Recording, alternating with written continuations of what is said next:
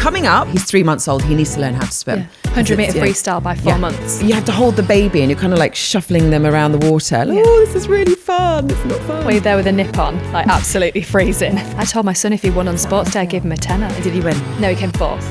He was like, do I get £10? I was like, you get nothing. Our first ever guest is Angela Scanlon. Hello! Yeah. I'm so honoured. Oh my God, we're so honoured. Did you pee yourself at all on Strictly? Yeah. Did you? Yeah. And I was so embarrassed, and I was also so afraid because I was like, oh my God, what if this happens on the show?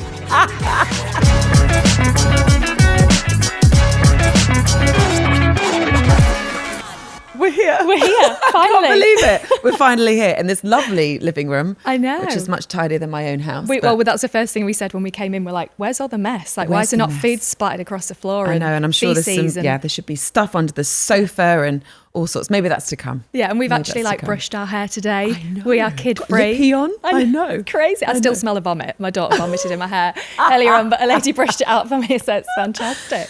But this is really exciting to be here with you. Yeah. No parental guidance. Between us, we've got 6 children ranging from toddlers to teens. Yeah. I feel like we've seen it all. We have. We're experiencing it all. I wish there was something like this when my little girl's 1, but I wish there was something that I could maybe just listen to be like, oh my God, everything I do is actually normal. We're all in this together. It's a journey. This is a safe space. We're going to be sharing things that we probably haven't even shared before. All the mistakes Absolutely. I make, you never seem to see any of that on social media. It's all the perfect parenting. It's like, either I'm doing it really badly or everybody's not talking about it. No, so here we totally are. agree. I totally agree. When I first became a mum, I felt like I was doing everything wrong. I wasn't on social media. My friends hadn't had children. And then the only person that I could kind of relate to who had a baby at the same time as me was Beyonce. Really setting the bar high there. And her life looked great, looked perfect. And I was there just going, I'm struggling. And then my NCT lot were not particularly that honest. They were saying that everything was perfect. Their baby slept and their partner's amazing. And one day I was just like, you know what? I must be failing because my baby doesn't sleep and I want to staple things to my husband's head. Yeah. And then they were all like, yeah, me too. I'm like, guys, come on, let's be honest. Like parenting's really hard. Yeah. But anyway, we're so happy to be here because we have had many parenting fails. Yeah. Which are normal. Yeah. It's okay to fail. It's okay. We are all in this together. Let's go. Parenting fail. You start. I don't know if I want to tell you this story or not, if I'm honest. It's so embarrassing. Give it to me. So I was in a supermarket the other day and my daughter now, because it's been so hot, she's not wearing a vest and then a top and a shorts. Yeah. Just wearing the top and shorts. But she likes to pull at a nappy all the time, and the pull-up nappies that she kind of tears at the side, and she's quite strong. So we're in the supermarket and she was going wee wees, and I was like, yeah, you've done a wee, and then she was like, oh, poo-poo. And I was like, oh God, don't do a poo. And I was like, obviously I've left the nappy bag at home, and she managed to rip the side of a nappy, and I was like, I don't have another nappy. I was near the toilet, so I don't know why I went into the toilet, and I had this idea. I took my thong off. And I put my thong onto her and like tied the side. Now this was like a beige thong that's done 20 rounds in the washing machine. It's been in with jeans. There was no beigeness to it. It was just discoloured, right? So I tied it in like a knot to hold the nappy in place. And as I was going around, I thought, what if somebody can see that she's got a thong on top of a nappy? What if I see somebody that I know? So anyway, I walked through the checkout and everything, and and you see like, hiya, you're right, yeah, great day, thank you. Thinking, hide my daughter's beige thong. And then I got to the car and I was like, why didn't I just buy a pack of nappies in the shop? Why did I not do that? What is wrong with me? Yep. I had a parenting fail that happened yesterday with my daughter, who's 5. Yeah. So I picked her up from school yesterday, and the head teacher kind of beckoned me over. And I don't know this teacher very well, even though I am class rep, but I do a very bad job. So I think she always, she's already like frowning upon me anyway. And she said, so after lunch, we couldn't find your daughter. Oh she went missing for 15 minutes. So then I'm like, oh my God. And then the teacher said, we found her with her best friend behind the bike shed. Wow. And I just went, were they smoking? And then realised, wrong audience. Yeah. And the teacher was like, no, of course they weren't smoking. And I was like, well, I know that they weren't smoking. I don't actually think my 5-year-old would grab a cigarette and light up behind a bike shed, but that's what I did. And then I started to explain like, well, I did that when I was 13, 14, but because the caretaker gave it to me and like I think he had a crush on me, and I was like, Louise, just stop talking. And I was like, I'm sorry, you go. And she was just like, well, you need to have a word with her because she can't hide behind the bike shed. I was like, no, she can't. But in my head, I was like, Louise, you've just talked about smoking with a 5-year-old. Yeah. And then my daughter said, because obviously she heard me having this conversation with the teacher, we get home and she said, Mummy, when I grow up, I want to be a smoker. Oh, God. And I was just like, of all the things that you could say when you want to be a smoker, I don't recommend it. So that was great. That was yesterday. And then you looked in the garden and she's there with a fag and a blue wicked. My mum said, this is what we're doing in our house. Yeah. Another parenting fail. When my eldest, when my firstborn, I kind of got the panic of like, he has to learn how to swim. He has to learn how to swim. He's 3 months old. He needs to learn how to swim. 100 metre freestyle by 4 months. Like he couldn't crawl. He needs to learn how to swim. Yeah. So we took him to swimming lessons, and I was just so like, it was so stressful. Yeah. Like you don't need to take your baby to swimming lessons at 3 months old. You just don't. Just put them in the bath. Just put them in the bath. Yeah.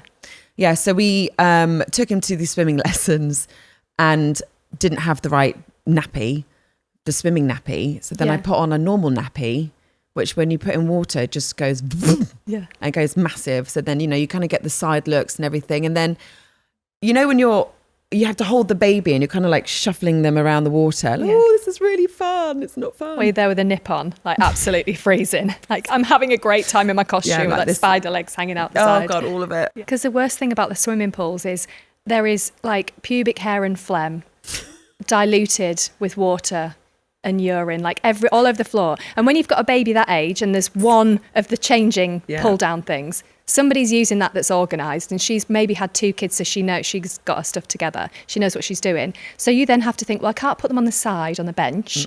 So I'm going to have to put you on a towel on the floor covered in this stuff everywhere while you quickly get changed. It's and you're vile. freezing, and you're always got like your back is wet underneath, your boobs are wet because they've sagged a bit, and you forget to dry that bit because it's new after having a baby, and you're doing like you forget to dry, and then you try and pull your leggings on, your maternity leggings, and they ain't going on because they just stuck to like the bottom part of your leg, and it's not a nice experience, is it? And it continues when you take kids swimming lessons. Until, my middle child's 9, he still has swimming lessons, and it never gets nicer, the swimming lessons. Yeah. Anyway.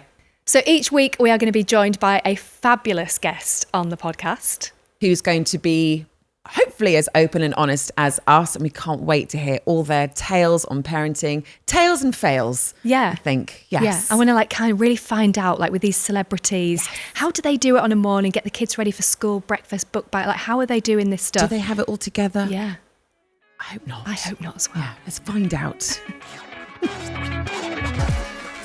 Well, this is so exciting. Our first ever guest is Angela Scanlon. Hello! I'm so honoured. Oh my God, we're so honoured. We're delighted to have you here. Honestly, this is amazing and so overdue. This space to just like vomit the contents of our minds. Rant, yes, to know that we are all in this together. And this is why we're delighted to have you here, because we really want to know, have you got your stuff together? I'm the furthest from togetherness. Thank God. I feel normal now. Honestly, no, it's a show. Every day is a show, and that's just inside my mind, and obviously that is reflected in my life. But I've maybe made peace with that. Yes. I feel like initially, my eldest daughter is 7, my youngest is 3. 7, the expectations I had on myself to have it all together were wild. Yeah. And so I think I've just dropped my expectations. Yeah, I was going to say, have you lowered your standards? I think I've lowered my just relaxed a bit more, where standards. it's like you can't do everything, so something's got to give. I mean, I think we're of a generation where we are aware for the first time and in a very luxurious position somewhat, where we know all of the faults of our parents and we're determined not to like recreate them. But actually, I know that I certainly fell to this when I first had my daughter. I was like, never, ever. I read Philippa Perry's book once and I thought, I've got this down. The book your parents wish you had, yes. and your kids will be glad you did. Yes. Yes. And so it talked about the parent, the job of the parent. I mean, multifaceted as it was, but it's one book. So she says about the parent being an emotional container for the children, and that's psychologically the predominant job of the parent.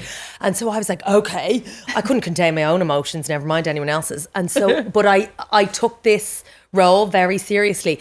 And then I realized my husband could kind of, be human. He could let rip every so often. He could kind of, just be a bit more normal, I suppose. And I would be literally like through gritted teeth saying, I understand your fury. I understand you're feeling very frustrated in this moment. And I'm really trying to mirror back all of these things. And I thought, I think she likes him more, and that's infuriating. Yeah. And then I unpacked it. I was like, because underneath, like very close to the surface was all of this, like the kind of madness of normal feelings that I just was afraid to let her see, which she could obviously feel. Yeah. Something was a bit off. And even in the kind of volatility of like shouting or losing your temper, she knew, oh, right, okay, oh, yeah. She knew that was a truthful expression rather than this sort of and you think that's kind of what your parents may have done. Like my parents would just shout at me, tell me they're disappointed, tell me not to do it again, wouldn't do it again. These days it's like, explain your feelings. Oh, and it's all about the gentle have a discussion parenting, about the gentle parenting, because you just smashed a window with a football that I asked you not to kick. But it's okay.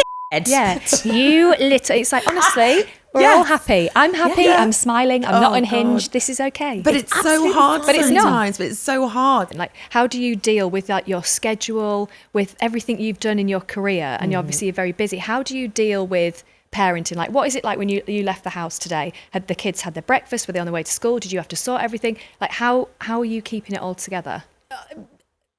Barely. My God. I mean, hanging by a thread, but I feel like that's the new normal and it doesn't last forever. And I think maybe that's what you learn quickly, is that the stages don't last forever, good and bad, you know, and that there's always something new and you just get into a little groove and something else hits you around the head. And is it chaos for you getting them ready for school? There's no uniform in my daughter's school. You say that, which actually adds a factor. Because it's a new outfit every day, right? Yeah. I mean, look, she wears whatever's close to hand, but there are certain things that I will really want her to wear because I bought them for her to wear. And they will look nice on. But if I hint at any sort of favoritism towards a striped culotte, she's not going to wear it. She is never going to wear that again. And she will wear the same skanky ass leggings, which reflects on me. I'm like, babe, the leggings are now pedal pushers and it's not a stylistic choice. The younger one, she goes to forest school, so she's out and about all day. Oh, I love that. Is quite good actually at getting dressed. And I stopped, really, I joke, I stopped trying to manage what they wear. So I'm like, what do you want to wear? And it can go either way. There are certain times when I'm like, I'll lay out the clothes, and there is a bit of manipulation, negotiation to that. And sometimes it's just downright threat, wear the goddamn dress or we're not going for lunch, whatever it might be. Yeah. But by and large, I will say, like, fill your boots. If you want to wear a tutu to forest school, go for it. If you want to wear a GAA kit, which is the current favourite, it's a Gaelic Athletics Association. It's very cool. As polyester as it sounds. Lovely. And so she inherited it from her cousin. And so it is, kind of exotic in the way Zara used to be. Yeah, I kind of just think, fine, there's no point in me telling her, express yourself, push back, do what you want to do. And then me micromanaging her wardrobe. It's kind of at odds with what I'm trying to create. What I want for them is for them to like question everything and have their own mind. How did you manage it all when you were at Strictly? I didn't. I mean, there's a lot to manage aside from Tibet. My youngest was 18 months. Wow. So my eldest would have been, there's 4 years in the difference. So. And like your hormones at that point are like, will be all of it. All over the place over the still. Shop, all over the shop. So it was a lot. And I think I didn't really anticipate. In my head, I was like, 18 months. Yeah. Fine. I'm not feeding her anymore. It's like, well, It's like a show on a Saturday, isn't it? You don't have to do all the training in between. exactly that. Was that the bit And that you was can tough? kind of seduce yourself into believing that you could do pick up and drop off and then nip out and do a little samba. I've got visions of Yeah. you in your sequins, like, right, Yeah. she's done a poo. Okay, change your nappy. Dropping like glitter everywhere. Yeah, it was a lot, and hormonally, the old pelvic floor was Oh my under gosh, pressure I was on the gonna Charleston ask. I was week. going to ask, like, Yeah. how? Because I think I'd be sponsored by Tenor Lady if I ever did it, because I would just be like, Yeah, it's a real thing. Yeah. And also, like, people don't talk a lot about pelvic floor health. In France, I remember in my NCT group, first time round, there was a French woman, she was like, I'm going to the physio. I was like, for what happened? Yeah. She said, for my up there. And I was like, what do you mean? What do you mean? Yeah. And they all, like, it's Yeah, obligatory it post-birth is. in France that you have, I think, 6 weeks physiotherapy, internal physiotherapy Yeah.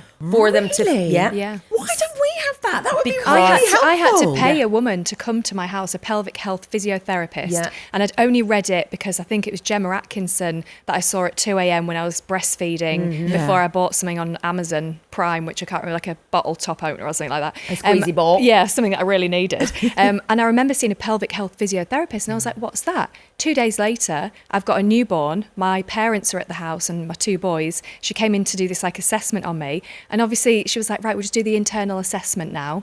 And I was like, sorry, what? And at that point, I was like laid on my back on the floor. She was doing a finger in me doing this assessment. And I turned around and my dad was like, Hannah, do you want a cup of tea? And he like looks and was like, oh, Christ, what are you doing? I was like, Dad, like there's a woman with the fingers inside me in the sitting room. And I know this is a weird concept for you, Paul, but I'm just trying to see so I don't wet myself in a few months. And like I paid this woman quite a lot of money to come round to my house and do that. And it worked? It definitely helped. Wow. She gave me like a program and I was like, Yeah, I why was just does going to everybody say, I else don't not think it's a get quick this? finger on the floor. Yeah. You're like, yeah, it was brilliant. I think she was a physio. Yeah. She was called Candice and she put round. Okay, great. Yeah. Did you pee yourself at all on Strictly? Yeah. Did you? Yeah. Oh. I think I would have peed myself anyway, to be Well, honest. yeah. But yeah, I did. I remember doing rehearsals for the Charleston and it was quite a spicy number. And like there was a lot of hopping as there is in that, but ours was particularly bouncy. I Yeah. remember Anton or somebody referring to me as like Tigger. I was quite, jumpy. And yeah, I did the rehearsal and I remember Carlos being like, what happened there? And I was too embarrassed because we were 3 weeks in at that Yeah, point. yeah. I didn't know him well enough to be like, I've just wet I myself. just wet myself. Oh, God. And I was so embarrassed and I was also so afraid because I was like, oh my God, what if this happens on the show? Yeah. Because it's a lot to like manage that while also managing your steps and also managing all of that stuff. But I will say, it's pretty solid now. So it was, It's that though it was when a it kind starts, of baptism of fire. like if you're doing a live show, when you start to wee yourself, it's almost like you can't stop it when it's that like because the Nervous wee. muscles are just like just dispersed and gone somewhere. Yeah. yeah. What is your recent or any parenting fails? We'd love to know. Well, I mean, I can't remember anything, frankly. So it's more of a life fail. But I would say this week, I missed sports day. Oh, God, it's sports day, isn't it? This bloody time of the year. This I time know. of They year. it whack never ends. everything in. School Yeah. trips, School like fairs. raffles, tombolas, Collecting sports money day. for the Yeah. teachers, Theatre which I'm in things, charge singing of. which was bits. just- yeah. Like all of the stuff All of it. all at once. And everybody's birthday is on. It's like, Oh, yeah. it's chaos. But sports day is quite a thing in our house, Are you a competitive mum? I'm Do you do the I'm a mum's competitive race? human. I'm fine with her. I'm like, no, but I did. I have won. If I think that's Oh, you what you're did the asking. race?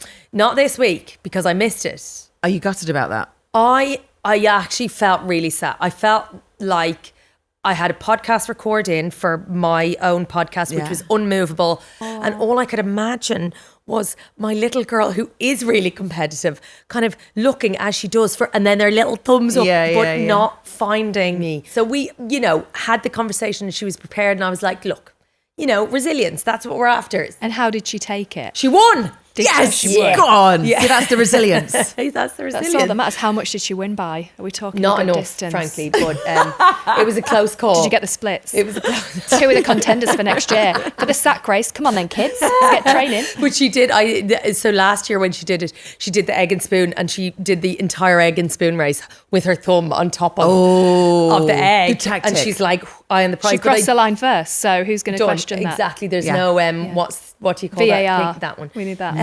But she, as she was leaving the house, my husband, I could hear him saying, "Best of luck today." And I thought, that's great. He's acknowledged the thing. She's in her gear. Out you go.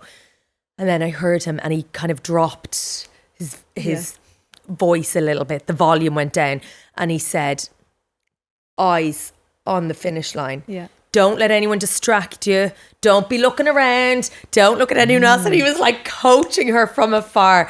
And I saw video evidence, and she did not look around. She was like a little horse with blinkers. Good girl. Beautiful that's job. great advice. And how did you Good advice. reward her? Did you do anything She special? got a sticker. No, God.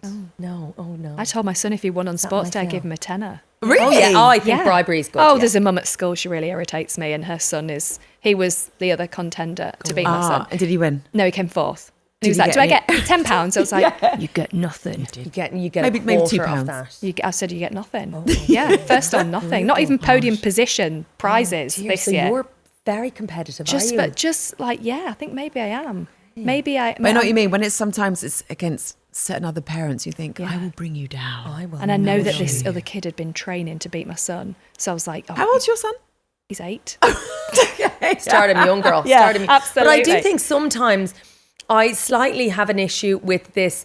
Everybody gets a medal. Like, that's not real life either. And I while agree. I understand I that agree. it's fostering everybody matters and there's space for everybody. But one person gets a job in an interview, right? Yeah. So you need to build that resilience. Yes. And have that disappointment to Yes. know what it's like to work that bit harder to achieve. Yeah, but also to like have awareness of your limitations. Like if you're Yeah. running, you don't get a medal. Yeah. I actually, this is a bit of a parenting fail in huge public. I was asked to judge a dance show, like a dance school. And so sorry, what are your qualifications for that? moving on from that question. And so I had to like judge these kids that I don't know and give them medals. And there were enough medals for everyone, but I did what you said. I was like, well, I just want to give medals out to the people that win.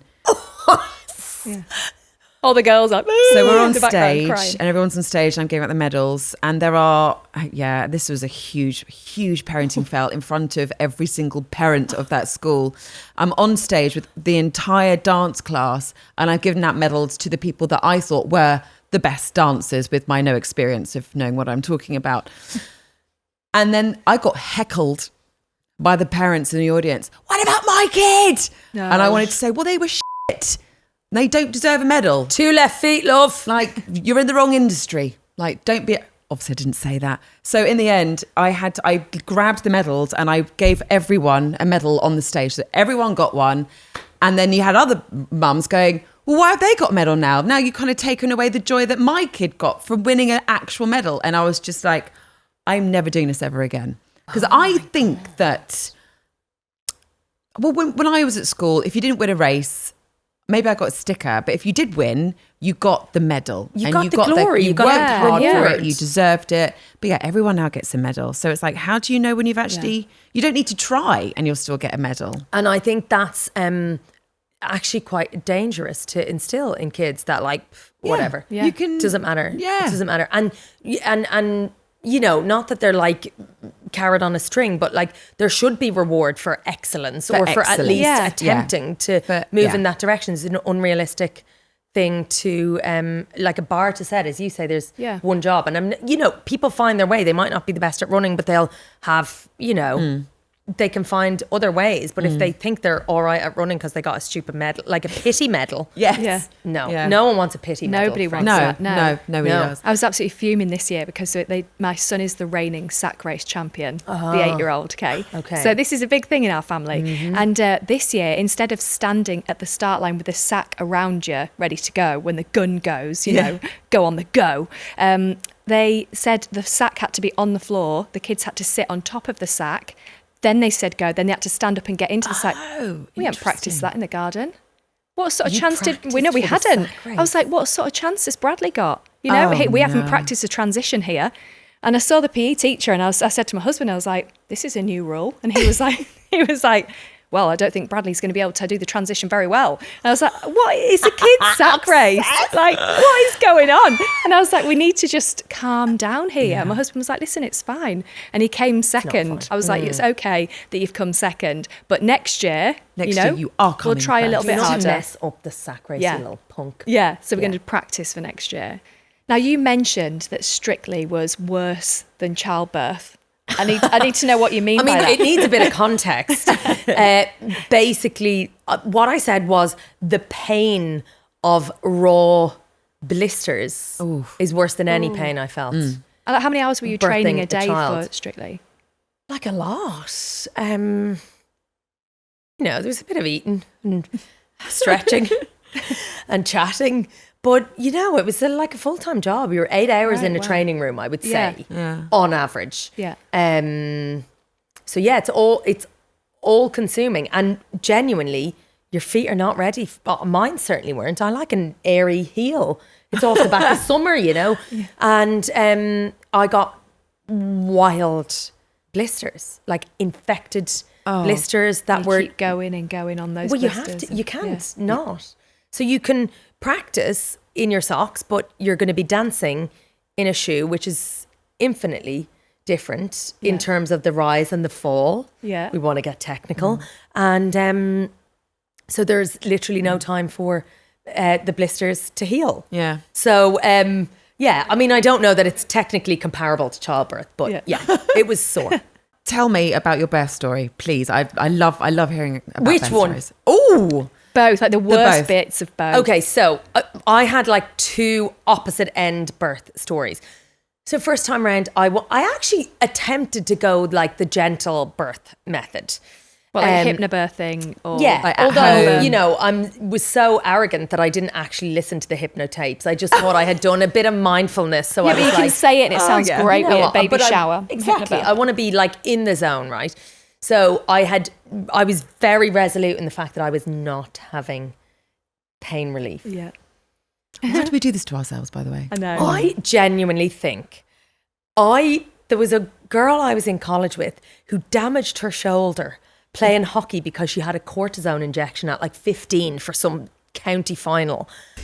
And I remember thinking, that's because your shoulder shouldn't have been doing that. Yeah. And it was too numb for you to realize your limits. So I was like, if they numb me, I don't know how much I can't control it, right? So I'm a control freak, I think is ultimately what it boils down to. So I was like, okay, gas and air, hit me with that puppy. Anyway, I'm at home. I worked right up until the wire. And then I had time off 2 weeks. Like I had convinced myself that I was going to go 2 weeks over based on absolutely nothing. So I had big plans for like a Sunday brunch. I had a massage planned for the following week, yada, yada, yada. Anyway, my first night at home on my like off period before the baby came, I lay down in the bath. I also had a curry. I went like all in. Oh, yeah. And then I went to bed. But whatever happened between the bath and the bed, I had decided that, no, actually this I don't think is happening. I'm not ready for this. And I've got brunch on Sunday. And so I was in total denial. But I also had the TENS machine out. It was a real heady mix. I called the midwife when I realised, like, I think we're on. And I said to her, I'm pretty sure we're like, there's something cooking here. And she said, okay, well, let's have a little chat on the phone. And she then realised when I couldn't talk what the distance was between the contractions. And she's like, you need to get in a taxi. I was 45 minutes away from the thing. So I was in the taxi. I was in labour. I didn't realise I was in labour. And when I got in there, I was 8 centimetres dilated. Oh my gosh. 8 centimetres. That's impressive. Wow. So, but then it was like being in this studio. These lights, it was all, suddenly I was like, oh my God. So she said to me, you're 8 centimetres. I said, what does that mean? She's like, you're going to have a baby. And I said, what do you mean? When? She was like, well, imminently. And I said, fuck, basically. And then everything kind of slowed down and it was all, I would say it was not the cutest labour. I was in a bath that was not ready. I was supposed to be in the birthing suite, but it all happened too quick. The bath wasn't ready. I had to go up on the top floor. I had to stand around while they're filling up the bath. Anyway, then the bath got cold. I had to get out. I had to sit on this little undignified stool with one edge off it. Anyways, show. Literally. And say that curry from the night before. I bet that showed its face, didn't it? I mean, I don't want to think about that, but thank you. I then, so that was it. Had the baby. Whatever happened. She's still here. But I really felt, what I realized afterwards was that I didn't say a word.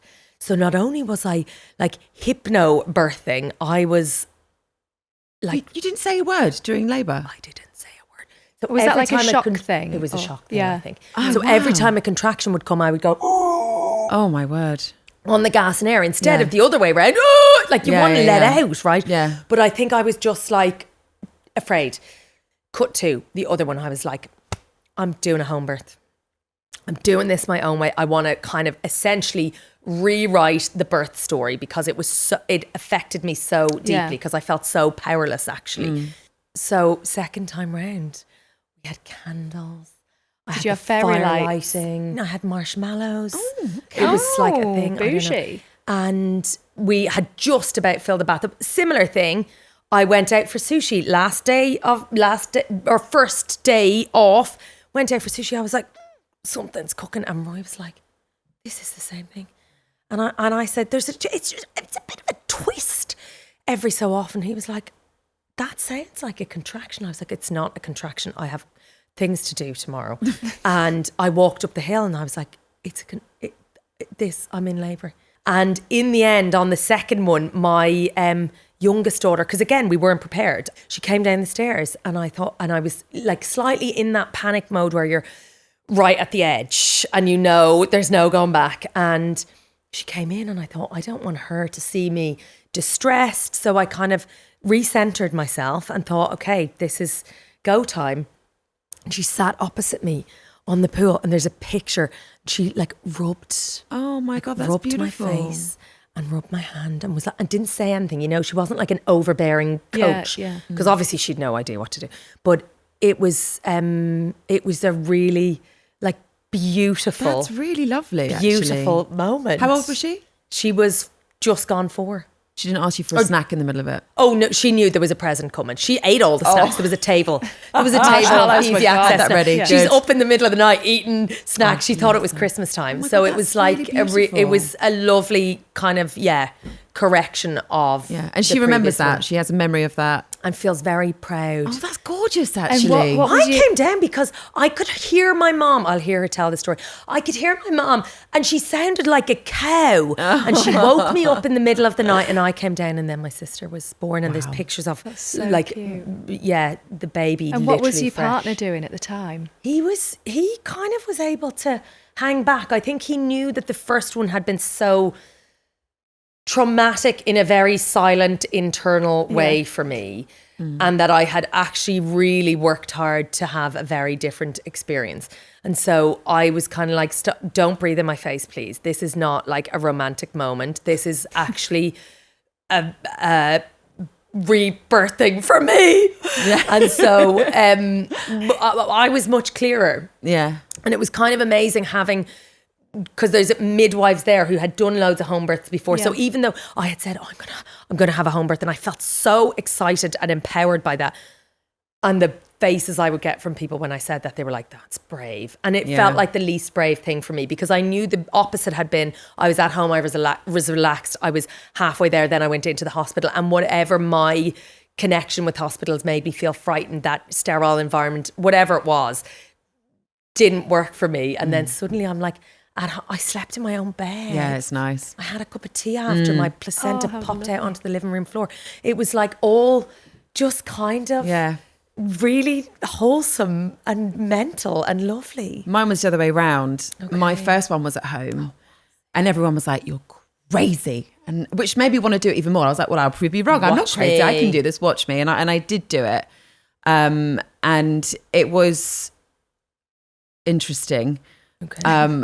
As in like, it just wasn't, was saying to someone earlier, my midwife was, I think she was a bit of a psycho. Oh. Because she had the gas and air in the car. And I was like, I need the gas and air. And she was like, you'll be fine. Don't worry about it. What a so she bitch, didn't I'm give it sorry. to me. Really? But also She that's didn't give it to totally me. that's basically misogyny. Right. But she said after I gave birth, and she was like, see, don't you feel great now that you didn't have any drugs? I was like, no, I thought I was dying. I would have loved the drugs. Because gas and air is But good stuff. gas and air is amazing. Well, it just Yeah, takes it's the edge great. off. And I actually Yeah. didn't use it the second time round because it was making me feel sick. And I really wanted to express in those moments that I realised I had like shut my gob the first time round. But my like learning was that we know our bodies. You know your body. You ask for gas and air, you should get the gas and air. You should be empowered to make those decisions, to listen to yourself, to follow your instincts, and to have somebody who supports that rather than questions that. Yeah. And then I tore as well. Yeah. And she didn't sew me up. She was like, you'll be fine. So that was nice. But I actually wonder, and I'd like to kind of put this out to an Instagram message as well, if their partners sometimes do like strange things when they know that their partner's in labour. So my partner definitely did. Go on. I realised that I was in early labour. And I said to him, I think I'm in labour. And he went, well, we've got plans today. And I was like, do we? Yes, I know we're going to have to cancel those plans. And he was like, oh, but we haven't seen them in ages. It's like, babes, You're I'm not having going to a be seeing baby. them for a while yet. And then he was like, okay. And then because we were having a home birth, and he was like, I'm just going to go to the shops. I'm just going to get a few bits. I was like, fine. I was like, but be quick because my contractions are now coming quite quickly. And it was just me at home. My midwife was on her way. You knew what you were doing. A little bit. So he went to the shops. An hour later, I call him. I'm like, what are you doing? He's like, oh, I'm just at the cheese counter. I'm just picking some cheese. So he didn't go to our local shop. He went to the furthest one away with a nice cheese counter. And I was like, Treat hey, you. do you realise that I'm in labour? He's like, yeah, but I just wanted to get some nice cheese. I think you'll want a cheese sandwich. I was like, I don't. I just need you here because I'm in labour.